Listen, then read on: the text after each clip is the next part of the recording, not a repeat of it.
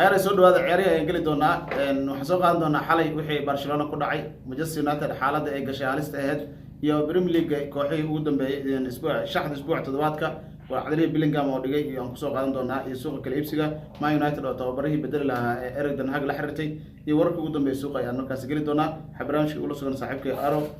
Aro soo dhow wadaba ustad waxa ku hormarayna ciyaari xalay waxa ugu horeysay horta ciyaarta Real Madrid El Clasico inkastoo El Clasico sidoo hore aysan ahayn oo dadku sidoo u barteen ay ahayn haddana xalay 3-2 ku dhamaatay ninkii Bellingham ay ka fujiyay waxay kula tahay ciyaarta soo wareegtay horta ciyaarta xalay waxay noqotay horta El Clasico-dii ugu horeysay markii ka soo wareegtay waxaan u maleeyaa 6 El Clasico miyaa adiga 8 ciyaarood El Clasico ciyaarta xalay aan daawaday ahayd طبعا حالي waxaan qiimeynayay bal da'yarta yani bedeleen dhanka Barcelona markaan fiirino Xavi Iniesta bedeleen macnaha waxa waaye Ivan Rakitic bedeleen iyo ciyaartooy badan oo Barcelona uu kamid yahay the goat macnaha Messi uu kamid yahay ciyaartooy badan oo bedeleen oo isdahay bal aad fiirisid uu kamid yahay muxuu ahaa cunugan Lamine oo Yamal macnaha cunugan Moroccanka cunuga daayarka Moroccanka ilaa hadda Spain macnaha dabcan hadda dhashiisa qaatay aan waxaas lahaa bal aad fiirisid iyo dad badan oo la bumbuunay ba Real Madrid ay kamid yahay Rodrigo oo kamid yahay GR oo kamid yahay Vinicius Bellingham oo macnaha isaga laftirkiisa la dhahay wuxuu u dhashay macnaha ninkani inuu Real Madrid u dheelo macnaha markuu dhalay Real Madrid u dhigiso golintiisa asagoo qad waxa ku ilaatin iyo macnaha dhiiri spirit ku wada markaa waxaan lahaa bal aad fiirisid laba eray bal ku xidh ciyaarta xalay markaan fiirsaday waxaan arkay Barcelona inaysan wali isbedelin Barcelona oo xitaa waxaan arkayay weerarkeeda baastankeeda stamina-ga haday noqoto ciyaartooyda say banoontood uga soo xoogayaan ciyaartooyda kale waxaan arkayay Ilkay Gundogan oo macnaha dhaxda u maamulay Barcelona iyo Frankie de Jong oo macnaha isagana ahaa ninka macnaha xalay kala diray Real Madrid oo haday noqoto dhanka baastanka xitaa Luka Modric iyo Toni Kroos xitaa markii isku daray xitaa xalay lagu tilmaamay inuu ahaa ninka xitaa ka baas badnaa laakiin Modric ninka ugu baas badan oo noqday ciyaarta markii ay dhamaatay Luka Modric macnaha ninka ugu baas badan uu noqday laakiin Frankie de Jong wax dilay shaqada orodka laga shaqada iyo macnaha ay wax qabadka iyo markay noqoto ciyaarta banooni iyo xitaa la soo xoogayo positioning ka noqoto waxa way banoon daboolashada inta xalay macnaha waxa kaga horeeyay de Jong kaga horeeyay inta markii la dhaw yani total markii la dhaw ciyaarta dhan gabi ahaan position markii la dhaw xalay de Jong wax ka horeeyay ma jiro Barcelona xalay horta nasiib ayaa xalay looga badiyay ma ahayn way dadaaleen waxa arkay Xavi oo macnaha markii la wareysay ciyaarta kadib tababaraha oo sheegay oo dhahay annaga xalay waxaan u qalanay inaan badino adduunweynaha xitaa xalay markay fiiriyaan waxay leeyihiin Barcelona waxay u qalantay inay badiyaan sababtoo ah Barcelona oo waxa la arkay macnaha xitaa difaaciyadeedii ay doonayeen inay gool dhaliyaan marka qarsaas way Christensen oo xalay waxa arkaynay weerar qaaday oo xitaa Bruno soo qaaday mar macnaha shooting sameeyay on target ugu horeeyay sameeyay off target ugu soo horeeyay sameeyay waxaan arkay gooshi dambe oo xitaa uu dhalay inay second on targetkiisa off targetkiisa ahayd oo on target hadana uu bedelay waa kii gooshi u dhaliyay gooshi koowaad tii labaad penalty ahayd laakiin waxa la leeyahay referee-ga macnaha arbitra waxay ahayd inuu far aado uu soo fiiriyo laakiin ciyaarta cala kulli xal gabi ahaanbo xalay Real Madrid ayadoo macnaha laga wato wax waliba Real Madrid mar waliba waxa la leeyahay waa kooxda kaliya ee nasiib mar walba ku fakatay maana maastay ka soo fakatay haddana Barcelona ayaa waxa leeyahay si dirqi ay uga fakatay waa sax Real Madrid la yaqaan ma 81 dhibcood ay leedahay Barcelona 70 dhibcood leedahay liiga oo taga Soomaa ma liiga hadii ciyaar soo socoto dabcan horta waa ciyaarta macnaha la dhahayo waa ciyaarta lagu go'aaminayo in liiga macnaha kulli hadda la dhigi karo way qaadi kartaa Real Madrid waana ciyaarta loo sii caleema saaray ma ahan inay qaadayaan koobka laakiin waa loo sii caleema saaray inauguration waxa loo sameeyaa ceremony loo sameeyaa haddii ceremony-gaas ay ku guuleystaan ciyaarta soo socoto ay Barcelona ay barbara gasho mise laga badiyo dabcan waxa la leeyahay waa loo sii caleema saaray haddii laakiin Barcelona ay badiso waxa leeyahay liiga wali waxa waay xogo waxba isdhimi karo waxba isbedeli karo ahana macnaha wali ugu sii fikiraya bal waa arkeynaa bal ciyaarta soddon iyo laba game ayaa la ciyaaray waxa dhiman la dhihi karaa 6 game sama 6 game hartaa sax 6daas game waxay go'aamin karaan dabcan hadda maxallahay 12 dhibcood laga horeeyaa lixdaas game hadii ay lixdaas game hadii macnaha laba kamid ah ay badiso Real Madrid way qaado koobka aad iyo aad waa arki doonaa ciyaarihii kale shalay waxa baday Liverpool oo 3 ku badisay Arsenal waa habeen hore badisay Wolves ka badisay Premier League waxa aslahayo nimanka la Liverpool iyo Arsenal marka Premier League naftiisa waa la isku dhagan yahay maxaa la Bayer Leverkusen ayadana baraja shil la galiyay barbaro Dortmund la gashay suuqa weli waa shidan yahay. Manchester United xalay waxay ku sigatay in laga badiyo FA Cup laga tuuro. Say u aragtay ilmihii 3-0 loo marsiiyey baashaalkii in hal mar laga daba keenay haddana gool afraad loogu daro VAR ay diiday penalty ay ku badeen maxay kula tahay? horta leo Manchester haddaan waa ka hadlaynaa Manchester horta waagaa ugu bariyaay iska shactiraystayaal Manchester horta waxa u maleeyaa mataqaana dadka iska leh macnaha inaysan u abuuranin in macnaha marna ganacsi ay ka sameeyaan marna inay teamka promote gareeyaan inaysan u sameeynin Manchester horta dadkan hadda iska leh waxa la sheegayaa in macnaha mar dhow inay wareejiyaan ay rabaan balse saxiixi ay ku wareejin lahayn iyo waxa jirta la leeyahay in habka macnaha suuqa in macnaha ay ka jirto carqalad inay macnaha kala kulmeen weliba dadkan hadda iska leh Man City iska leh inay kala wareegi rabeen carabta iyo waxa leeyahay qadar ayadana ka soo joodo inay la wareegi rabeen carabta hadda kulli aad kusoo biir rabaan la sheegay laakiin share la gaday share 125 ay gadaan waxa maleynaa inta kale inay haysan doonaan inta kale way haysan doonaan laakiin inay haystaan uma wanaagsano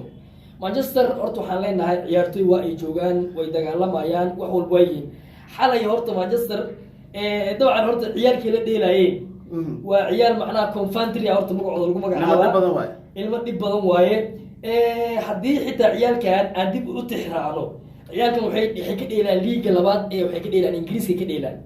waxay ku jiraan lambarka 8aad marka hadda fiirisid macnaha dabcan liiga labaad aa fiirisid waa liigaasi oo Leicester oo aan naqaanay macnaha dabcan Premier League ka dagaalameysay oo ciyaartooyina ku naqaanay macnaha hogaaminaysa ay lambarka 8 kaga jiraan yani ma ahan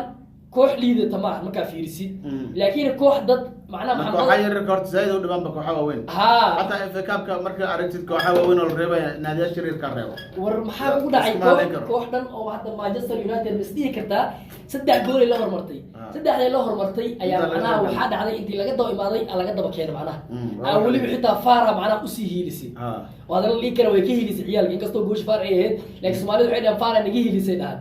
dabcan laakiin Manchester horto form fiican kuma socoto waxaan arkayay xalay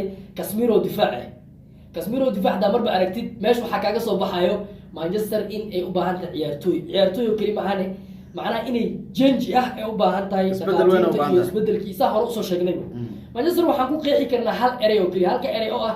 Manchester waxay u socotaa yani guulihii lagu ogaan jiray inay hoos uga soo dhacayso aad iyo aad xalay waxa leeyahay taariikh ay sameeyeen oo markii ugu horeysay laba koox isku magaalo ay yimaadaan ilaa 1885 ayaa ugu dambeysay markaasna Blackburn Rovers iyo Königsberg Rangers asla imaadeen horta Manchester marka laba Manchester inay isla imaadeen waxa leeyahay taariikh ay noqotay xalay horta Manchester inay soo baxday faa'iido xalay ku jirtay finalka horena waa isla imaadeen kan waa isla imaadeen Manchester horta xalay inay soo baxday faa'iido ku jirtay marka koowaad sax laba qodobbo Manchester macnaha xalay ku soo baxday faa'iido ku jirtay waa marka koowaad horta macnaha taariikhdaasi in macnaha ay ka dhacdo ingiriiska inay qoranto ayaa horta waxa leeyihiin dadka caanka macnaha bis banditke waxyaalaha analyze sameeyaan waxay leeyihiin taariikhdaas inay qoranto ayaa macnaha Manchester u fiicnay macnaha inay sameeyaan waa marka labaad pointi labaad oo ah Manchester hadii xari lahayd ciyaalka soo bixi lahayn xiisa ma lahaan lahayn marka waxa leeyahay FA Cup-ka inuu xiisa yeesho waxay ku wanaagsaneed inay laba Manchester isku imaadaan waliba Manchester oo aan naqaano markay koox weyn aragto ciidiyaha dhulka gashato macnaha mukulaasha waa aragtaa umaleey dabcan markay aragto waxay macnaha ay ka naxdo ciidiyaha la soo baxdaa waxa maqli jiray Manchester oo macnaha liidato markay aragto koox weyn Arsenal mise ay noqoto Manchester City mise Chelsea ay noqoto ciidiyaha inta ku suurto ciidada hana lagu soo dhawaad camal waxa horta rajeenaya finalka oo dabcan saan rajeenaya ka dhici doono Wembley inuu ka dhici doono rajeenaya finalka oo macnaha kulli Wembley ka dhici doono laakiin sidoo noqdaba waxaan u maleyn doonaa in Manchester ay macnaha derby inuu noqon doono Manchester derby haduu yahay already waxa waa markaas xamaasad ayuu yeelanaa xamaasadaas hadii la rabo Manchester laga badiyo xamaasadaas anaga danno hadii la rabo Manchester laga badiyo laga qaado anaga laba Manchester inuu mid aado waxay noqon mid tahay in Manchester uu koob ku dhex yaalo laakiin laba Manchester inay isku imaadaan faa'iido weyn ayaa ku jirto xamaasad ayaa meesha ka soo baxayso xamaasada aro shaxda isbuuc ayaa la soo saaray Big Foot ayaa goalkeeper ku jiro waxa difaaca ka dheelaya Saliba ninka la yiraahdo Van Dijk iyo Akanji qadka dhexna waxa loo soo qaatay Odegaard iyo De Bruyne Saka iyo Eze labada dhinac la soo kala qaatay Watkins iyo ninka lagu magacaabo Wisa iyo maxalla Malata oo asagana weerar ah oo Crystal Palace u ciyaaraya weerarka loo soo qaatay shaxda isbuuca walow kooxa kale waaweyn aysan ciyaarin Erik ten Hag waxa la leeyahay hadii xitaa FA Cup uu qaado waa la ciyaarin doonaa Aro maxay kula tahay Thomas Tuchel iyo Zinedine Zidane midkood ay la xiriiraan Manchester United Manchester horta maalmahan dambe rumas waxa socda inay macnaha ay rabaan la wareegid ee macnaha xagga tababaraha ah balse sida hadda annaga aan arkayno Manchester tababar ay la wareegto waxa waaye waxay ka dhigan tahay inay kooxda ay macnaha qayb weyn macnaha ay ka qayb qaadanayaan balse mar waliba laakiin horta waxa su'aal ah la isweydiin mudan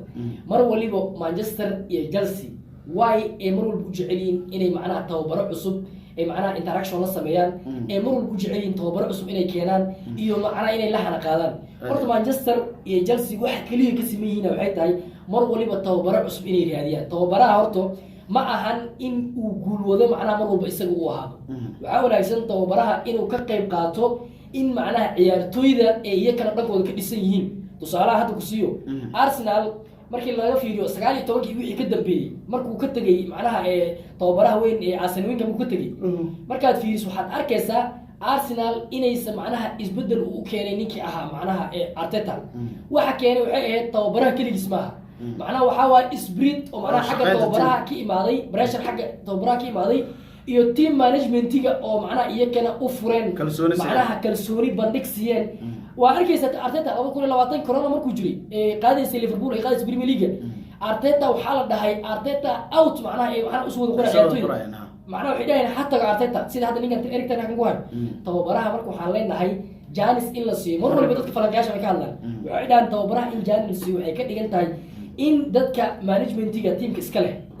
ciyaartooyda iyo macnaha tababaraha inay connection leeyihiin uu tababarahana u dhaxeeyo ciyaartooyda iyo managementiga in uu ka helayo ciyaartooyda spirit ah inay u baahan yihiin inay mar walba badiyaan hami guureed inuu ku jiro inta markaa kasoo fiirisid managementiga inay iyakana yihiin dad macnaha mar waliba confidence siinayo horay u soco ha fiirin farisku ay dhahayaan mar waliba inay leeyihiin professorki oo imaaday ogeed oo macnaha ninkii imaaday oo magaca foosh xumaa ragnik macnaha ninkii arkaysi ninkaasa professorki ay tuu imaado inta u fiiriyo wuxuu dhahay Manchester waxay u baahan tahay macnaha dib u celin u baahan tahay dhaqan celin rihab u baahan tahay Manchester dibka jiro waxa waaye maxaa la dhahaa arrimaha ciyaartooyda iyo tababaraha isfahansaneen